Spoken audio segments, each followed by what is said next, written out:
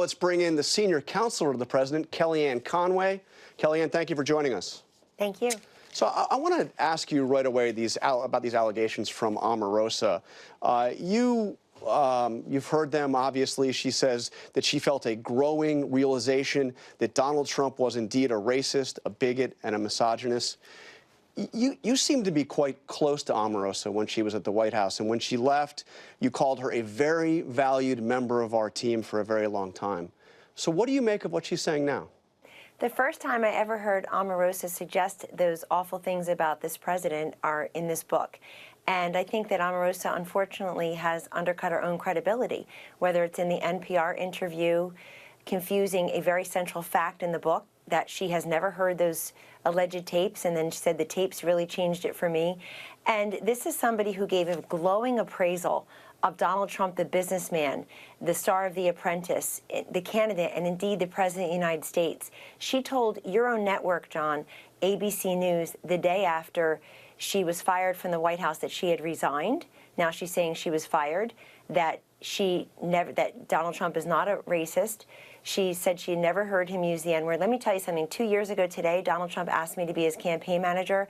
I have worked alongside that man for over 2 straight years now without interruption. I have never a single time heard him use a racial slur about anyone. And I also never heard Omarosa complain that he had done that. And so the only thing that's changed is that she's now selling books. And look, I think Omarosa is a tremendous disappointment here, because she should be taking credit for all the great gains that this president has made with respect to that low unemployment number among African Americans, Hispanic Americans, and others. She should take credit for the fact that in his first month in office, he took decisive executive action on behalf of HBCUs, workforce development, prison reform now, the drug crisis, which I've tried to work on with Mr. Cummings and others on his side of the aisle. This president is saying with prison reform that if you've paid your debt to society, that you should be given a second chance. And there are over 6.6 million available jobs now in the Trump economy, and we want everybody of every background to have the skills, the training, the education, the opportunity, and the dignity of work if they so desire.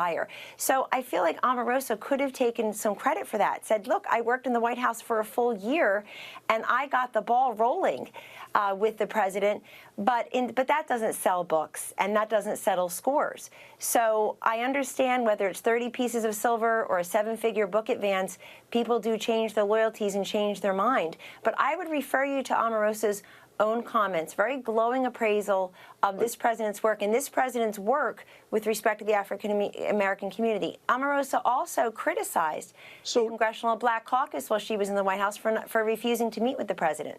So just to be clear, she says that she heard the president use racially charged language even in the White House, including... She never said that to us in the White House, and I certainly have never heard it. But why didn't she tell us at the time? Why not tell ABC News the day after she was fired that that is, in fact, what she witnessed? She was asked explicitly the important question by your colleague at ABC News, John, and she said, no, he's not a racist. I wouldn't. She said, I would not be there, and I wouldn't be there. None of us would be there if that were true. You've got to... I totally agree with Congressman Cummings that you should look at what people do. And this president has made tremendous gains on behalf of the African American community and continues to. And I do have to correct the record. You said that the president has never denounced a white supremacist. I want to read you his quote from August 14th of last year, because it's missing from the conversation. And I quote, racism is evil.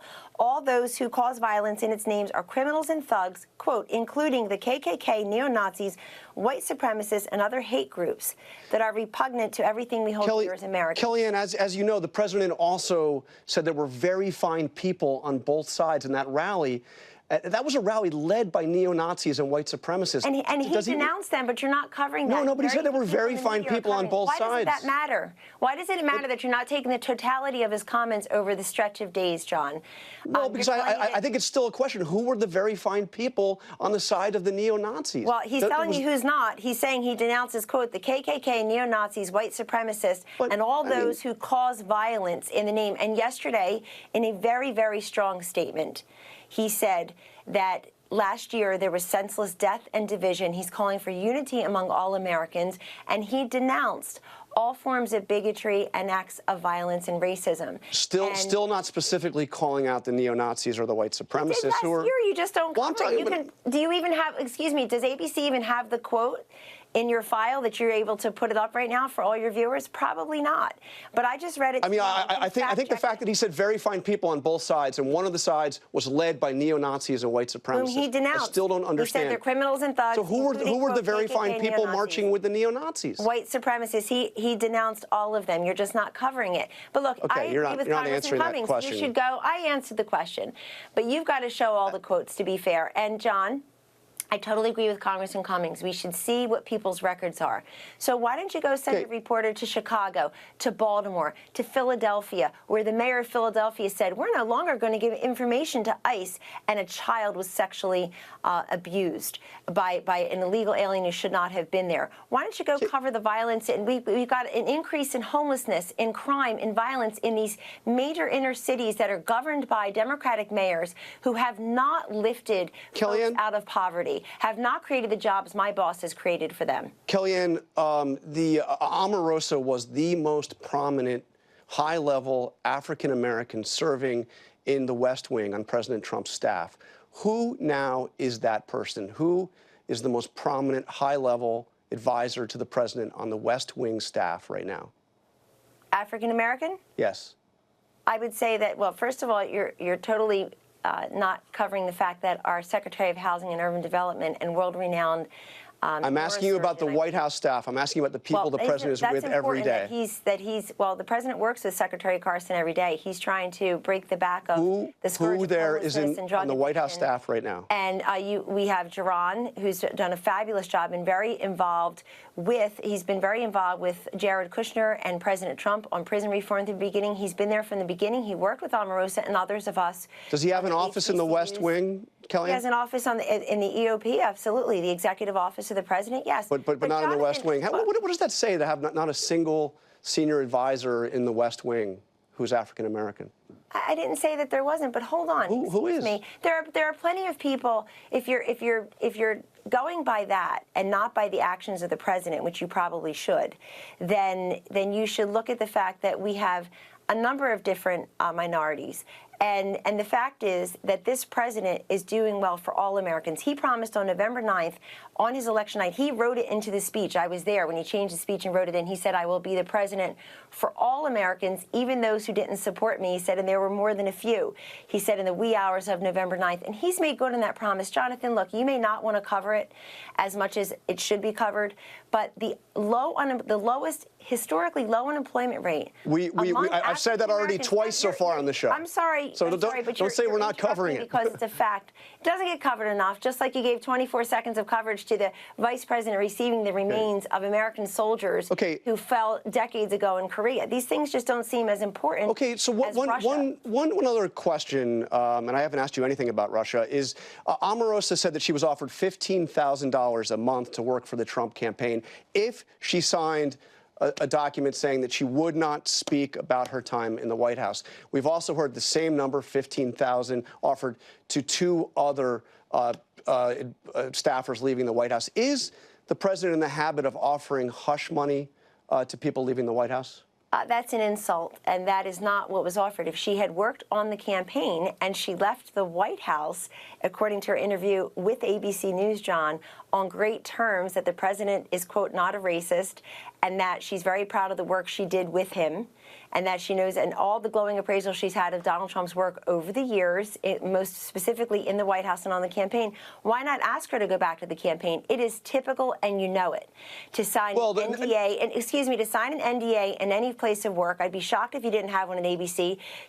I'm told she signed them when she was on The Apprentice, certainly at the campaign. We've all signed them in the West Wing, and why not have somebody who had signed them in the West Wing there again? You've signed a non-disclosure? We have confidentiality agreements in the West Wing. Absolutely, we do. And why wouldn't we? And by the way, the fact is, you're a public employee. Well, hold on. But the confidentiality is implied. John, hold on. Thanks for bringing that up, because I would have been remiss in not mentioning something you didn't ask me, which is these reports that Omarosa surreptitiously taped conversations in the West Wing, indeed maybe even the Oval Office, For what purpose? You have a reasonable expectation of confidentiality and privacy in your conversations at your place of work. Why shouldn't we in the West Wing? Why shouldn't the President of the United States in the Oval Office, indeed, the few times that she was in there with him?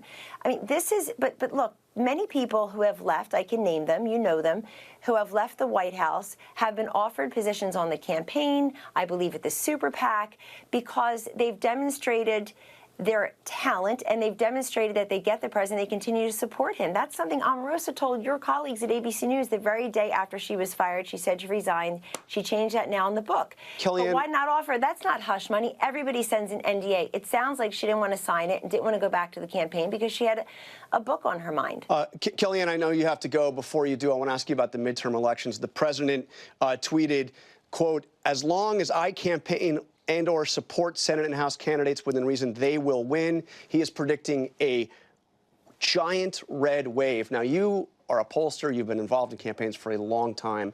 You don't think the Republicans are actually going to see a red wave, that they're actually going to pick up seats in the House, do you?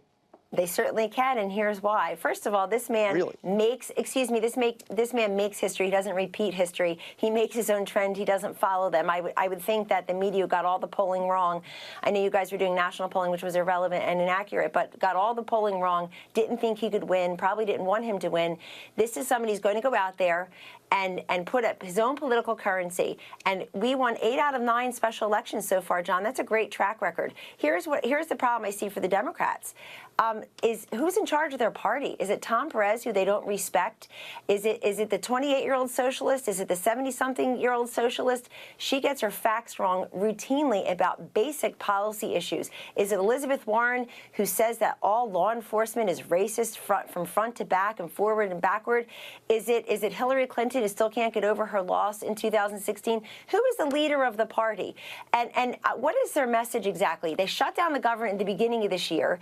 All of them voted against the historic tax cuts, which have led to 6 million Americans getting bonuses or raises or both, where our corporate tax rate has decreased so that these folks are hiring more people, lowest unemployment rate, GDP at 4%, energy development, renegotiating imbalance, non-reciprocal, unfair trade deals for this country. Hey, what is the message? That 400,000 manufacturing jobs are a bad idea? They have no message. And I went back and read speeches by President Obama at this point in 2010, his first midterm election. It was all gloom and doom. And for this president, it's all economic boom. It's a fundamentally different message. We understand there are 42 House retirements. That's tough.